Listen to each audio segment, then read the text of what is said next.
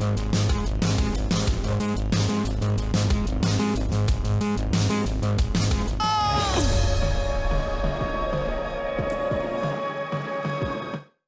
everyone, I'm Luke and today we're diving down the tube of tunes to review Disney Pixar's Soul. So Soul is the latest film debuting on Disney+.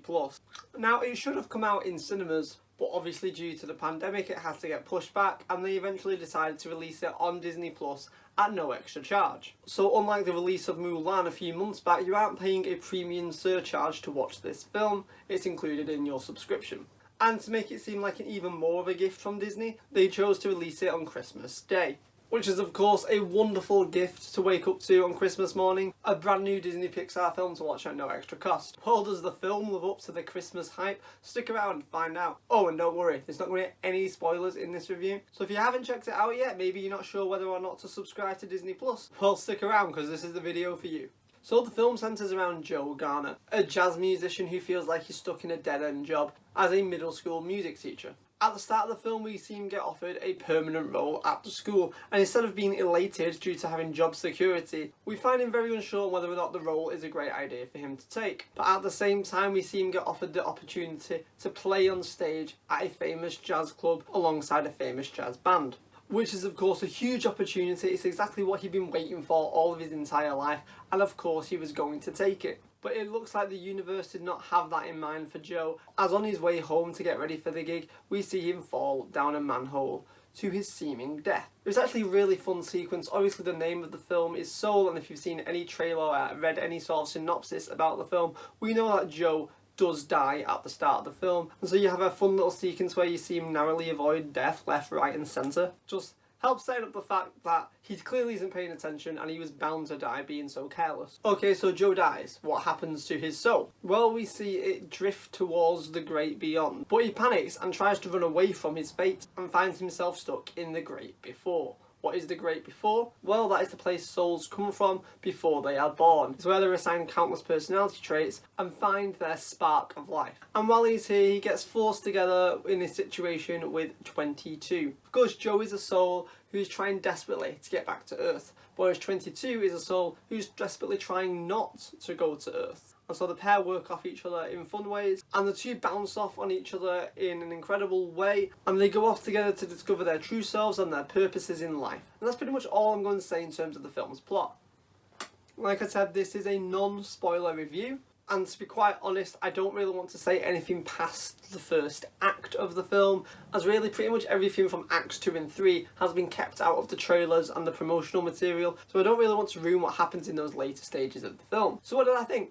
I absolutely loved this film. It's currently Boxing Day here in the UK, that's the day after Christmas Day. And I've already watched the film twice. I watched it once yesterday whilst I was sort of pottering about helping prepare Christmas dinner. I watched it while I was peeling potatoes and cutting up vegetables. Well, there was a lot of stopping and starting, you know, Christmas is a day to be spending with the family, and it probably wasn't the most ideal way to watch a Disney Pixar film. And then I watched it again in full this morning, so clearly I enjoyed the film. I've already watched it twice. Yeah, I really enjoyed this film. It was really sweet and it had a lot of heart and a lot of soul. Who would have thought? This film is split into 3 very distinct acts, and like I said, a lot of the promotional material has been focused almost entirely on Act 1, with maybe a few out of context clips pulled from Act 3. But overall, the general plot of this film isn't actually known out to the public, and so it's going to be very tricky to talk about the ins and outs of what's happening in the film without giving away those second and third acts, especially because there are a lot of moments in those second and third acts which are truly amazing and I would love to talk about, and I most likely will do some sort of spoiler review in the not too distant future, simply because there is so much to talk about happening later on in the film.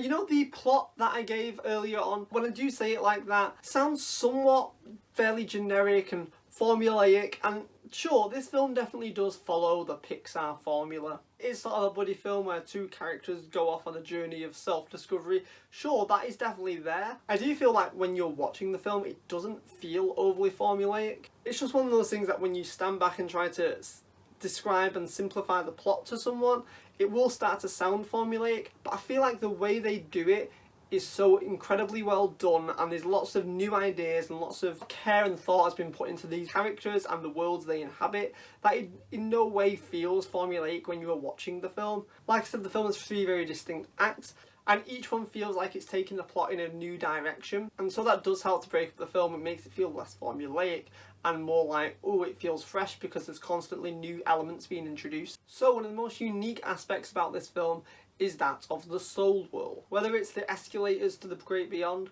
or it's the great before, the soul world is beautiful. The souls themselves are bright little balls of colour that inhabit this world that's also filled with colour, that both fits in with them and contrasts with them in beautiful ways. I think it is quite inventive the way they've come up with different things, different ways to interpret how souls get personalities, maybe a soul's purpose or their reason for living, their spark. I think it definitely explores some fun and interesting concepts. This world is very abstract as it is dealing with fairly abstract concepts. You know, it's abstract to look at, but also to actually think about. It's fairly simplified so as not to confuse the viewer. It's very easy to get across what is happening in this soul world, but I feel like there are a lot of clever concepts at play where they've thought about souls and life and purposes, and also the way that Joe is able to interpret things. Maybe he's not necessarily getting the full grasp of something,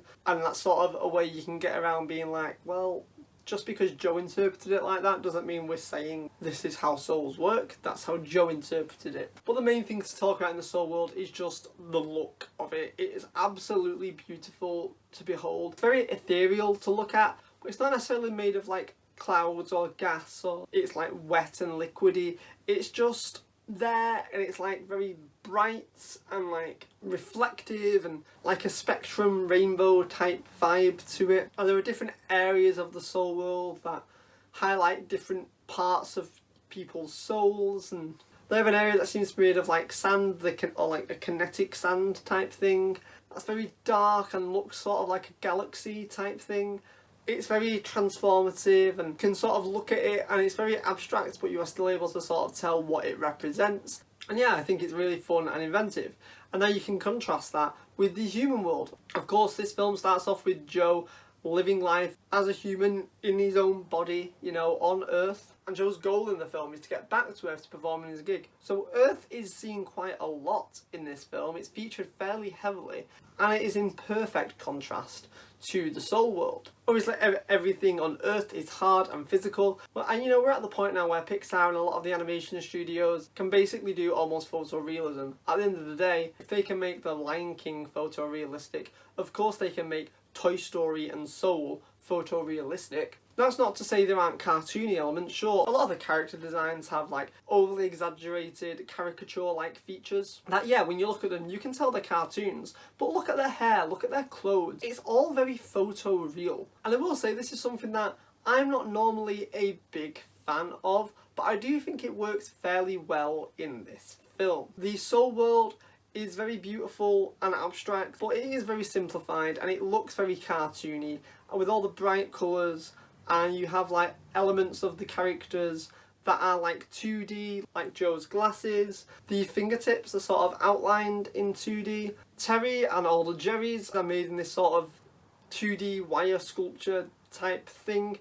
It's incredibly cartoony, so it works very well that Earth looks fairly real and tangible, as it really contrasts and helps show the difference between these two worlds. Like I said, I'm not the hugest fan of this sort of photorealistic rendering in animation. I just think it's I think it's just something that makes a film look fairly generic, and it stands out less. Like, why are you trying to make animation look photoreal? That's what live action films are for. Although, like I said, I think it does work here in this film. I think as well as having cartoony caricatured faces, I think a lot of the physiques, like the body types, are also incredibly exaggerated, which helps lend to the fact that they are very cartoony. I also wouldn't say the skin here is overly realistic like has been in certain films. For instance, a lot of the human characters in Toy Story 4, they looked a little too real for me, and it was verging into the uncanny valley. I think here, because the humans played quite a significant part of the story, they made sure they looked great, and they do look great. Also, I'd like to talk about the characters in this film. The characters, I do think, are probably the strongest elements of this film.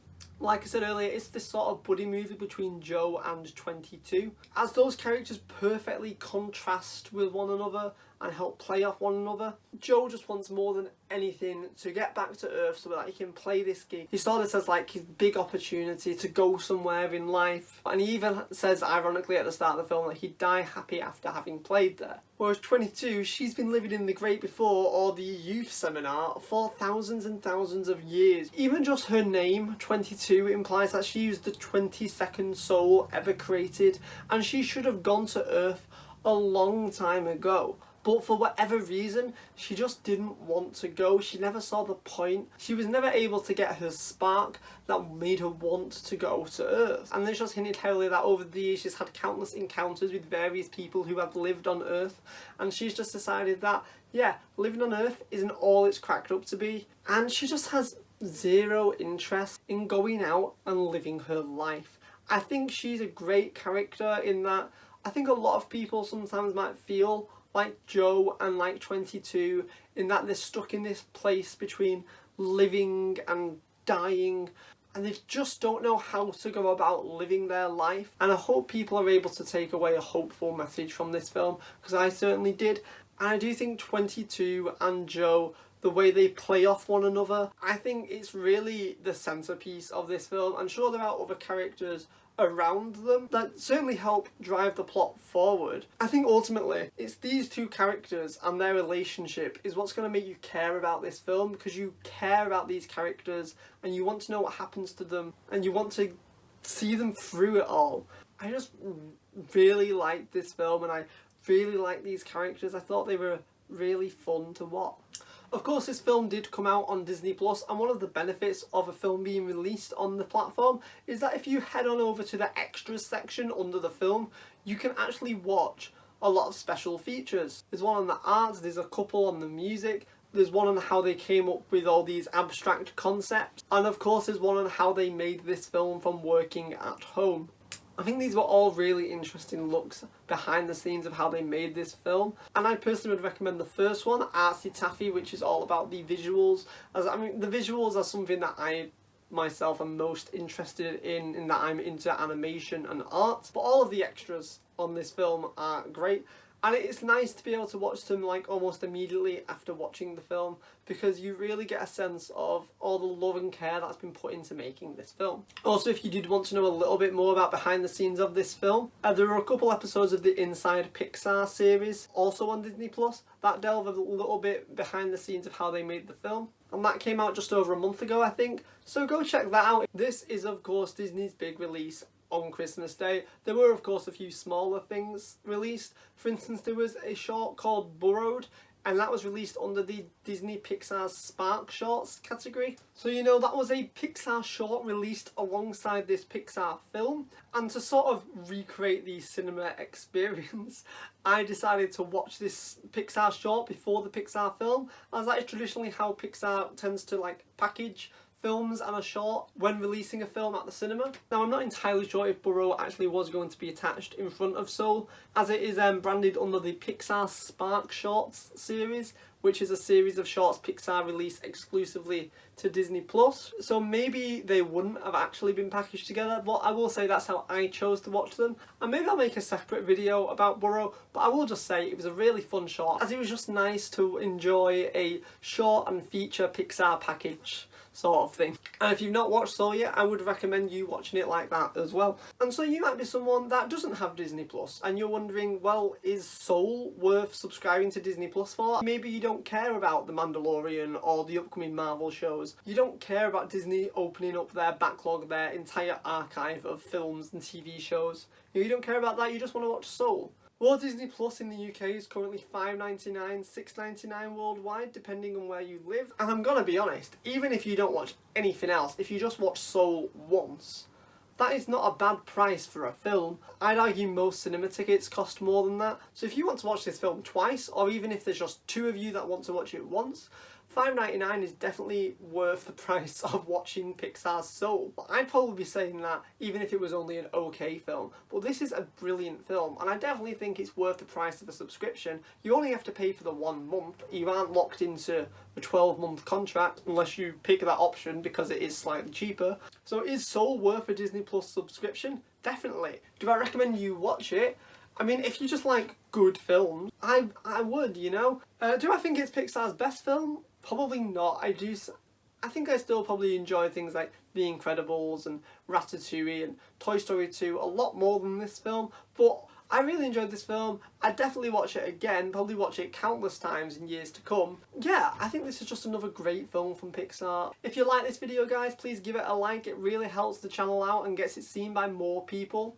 If you've really enjoyed it and you want to see more videos like this, why don't you hit that subscribe button and ring that notification bell to be notified the next time we dive down the tube of tunes. Another film that had been released on Christmas Day was Wonder Woman. That was released in HBO Max in the US, and it had previously been released in the UK in cinemas. I have seen the film, I loved the film, and I will be doing a video sort of inspired by the film that's going to be coming out in the next few days, so keep an eye out for that. Alright everyone, thanks for watching.